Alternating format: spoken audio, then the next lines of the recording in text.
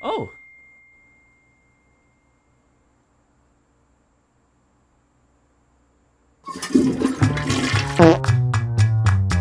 What's up, YouTube? Alright. And it's me again, Den, and you're in Detox.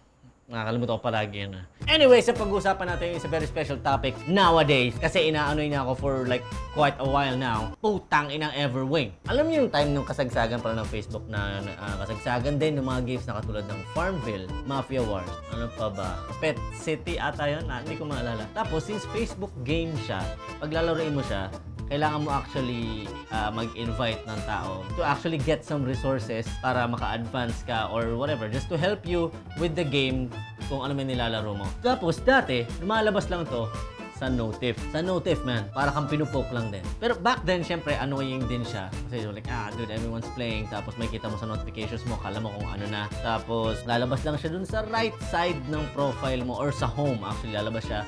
Invited you to play Mafia Wars at kung anong iba pang games na most likely hindi ko siya nilaro. I mean, don't judge me. Poker lang ata nilaro ko sa Facebook. Other than that, wala. Nanay ko sobrang addict sa Farmville nun. Sa sobrang addict ng mga tao dati, nagkakaroon pa ng joke na pag may namamatay na habilin na lang yung hacienda nila dun sa mga inaanak nila. Tapos nasaan daw yung hacienda nila? Andun sa Farmville. Hindi pala totoong hacienda. Those kinds of jokes. Nauso yung mga ganong jokes because sobrang lumaki ang Farmville or whatever those games are. Pero dati yon. That was like 2000 whatever 12. No, 2010 or whatever. I actually don't remember. Back then, notif ka lang. Mononotif ka lang. Pero ngayon, merong bagong game na lumabas na kinaadikan na ngayon ng mga tao. Ang pangalan nun is yung Everwing. Diba dati parang sinabi ko, dati nonotif ka lang. Madali lang siya actually i-block. Merong settings sa Facebook na hindi ka makakatanggap ng invite ng whatever games that they're trying to invite you in. Pero ngayon kasi, magugulat ka na lang. Bigla na lang may chat sa'yo. Nakatawa kasi message pa. Hindi, paano kung naghihintay ako ng text ko with my crush? May ginagawa akong bagay na whatever it is that I'm doing, tapos biglang may pagtingin mo, akala mo crush mo, yun pala, nagkahanap lang ng kalaro sa Everwing. Putang inang Everwing. Parang talaga pinapamukha si Chong, nag-Everwing ako. Sobrang nakakaasar lang. Tapos hindi lang yun, constantly ka pa mareremind na sila yung mas mataas kaysa sa'yo. Yung high score, talagang paulit-ulit lang. Started like a weekly tournament. Tapos biglang yung high score niya, papakita niya sa'yo. Siyempre, pwede mo namang hindi share, pero automatic na eh. Lalo na kapag mga friends mo eh. Friends mo talaga, siyempre hindi na sila mahihiya na, okay, sige, maglaro ka na rin ng Everwing. Ito yung high score ko. Nakakaanoy lang na hindi tayong iwasan yung mga ganitong game requests kasi direct message na siya. And yun na nga, a message, private message is a very important thing for people. Kasi syempre, dun, like personal conversations yun eh. Syempre, it takes you off. And if you're someone na hindi naglalaro ng mga games sa Facebook and shit, mapipikong ka eh. Here you are, going on Facebook, minding your own business. Like literal business. Baka may businessman ka pala, minding your own business. Kung mag-chat sa'yo, ping! High score! Started the weekly tournament, bitch! Putang inang Everwing. I'm sure marami nang naanoy dito sa Everwing. And right now, actually, hindi ko alam. Hindi ko pa nare-research actually. Hindi ko pa alam kung paano mabablock yung mga ganito sa message ko. Ayoko naman delete yung messenger ko kasi doon yung mga important stuff ko. I have to talk to my girlfriend. I have to talk to my boss.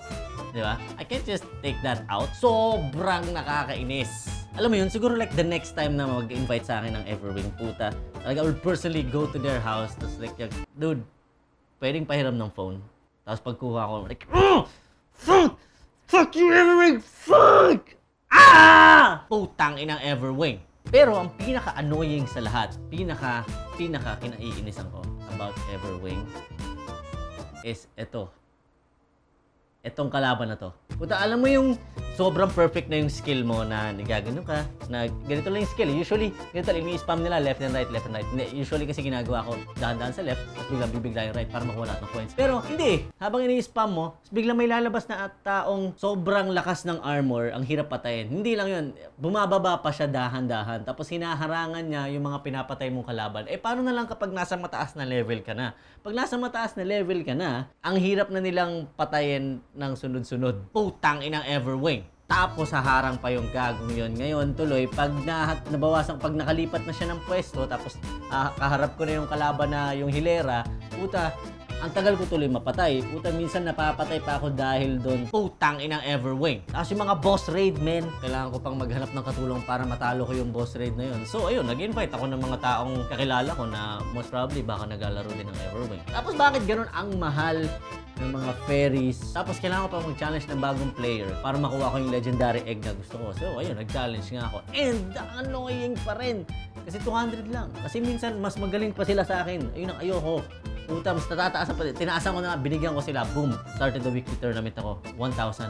Tapos biglang sasagutin nila ako. Tangina, 7,000.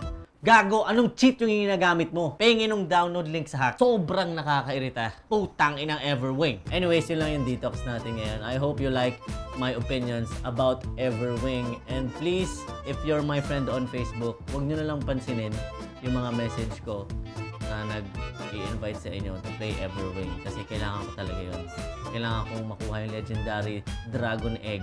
Tapos papalevel ko pa. Tapos kukumbine ko sila para mag-evolve. Kailangan ko yun. Thank you so much. That's my opinion about Everwing. Hope you liked the video. And if please do give a thumbs up, subscribe, click the bell button on yung my name besides the subscribe. I'm not sure. Baka pinalitan na nila. And sa ulitin, as I always say, it's okay to fart as long as it's from the heart. Okay, bye.